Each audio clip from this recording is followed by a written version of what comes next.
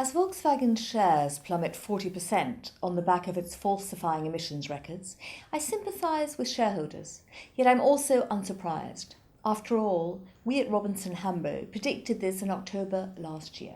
How, you may well ask? Not through endlessly analysing accounts, not by having inside knowledge. Yes, by looking at the leadership. Leadership is what it's all about. Martin Winterkorn had been CEO of Volkswagen for 8 years and with the company for a lifetime, way too long. He insisted on personally signing off on every model design change and refused to speak English when dealing with investors and analysts, despite it being a global company. Our thesis is simple. Companies that do outstandingly well on the back of a hero CEO will crash.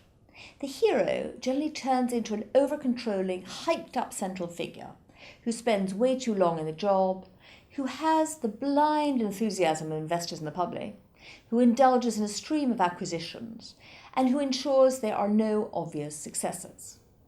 Take Tesco. Captained by CEO Terry Leahy, it was the retailer of choice in the UK and the darling of the city for a decade. Then it started losing market share to new competitors, and in the autumn of 2014 discovered a £260 million black hole. Many blame Leahy's successors, but he was in power for 14 years, and a gung-ho company culture takes many years to reverse. Amazon is definitely on the list, just like JP Morgan Chase, because the leaders of both companies, Jeff Bezos and Jamie Dimon, have gathered a triumvirate of titles themselves: President, CEO and Chairman. And Dimon faced down powerful shareholders to do so.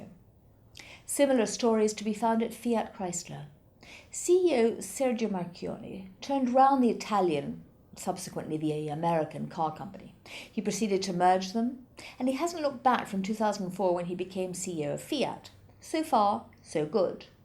Then in October 2014, a decade on, he listed the shares of the merged entity on the New York Stock Exchange to gain access to larger capital markets.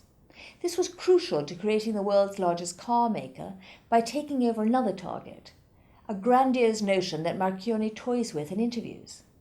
He may well be able to do so as car company shares have fallen on the back of the Volkswagen scandal. Last year, he engineered the resignation of Ferrari chairman Luca Cordero di Montezemolo and appointed himself. I think there is a whiff of hubris in the air. Two more examples.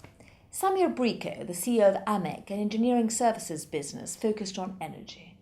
Briko took over in 2006, transformed the company by ditching its construction arm, yet now his office is awash with photos of himself with world leaders like George Bush.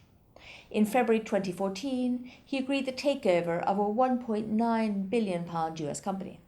And a year ago, when we wrote the piece, AMEC was valued at over £3.6 billion. It now languishes at only £2.7 billion. Last but not least of the many examples that spring to mind is Simon Wolfson, CEO of retailer Next since 2001.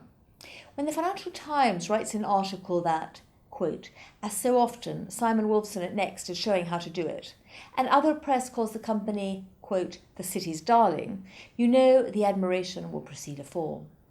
What should the motto be for these companies with godlike CEOs? There's a great one in the Bible.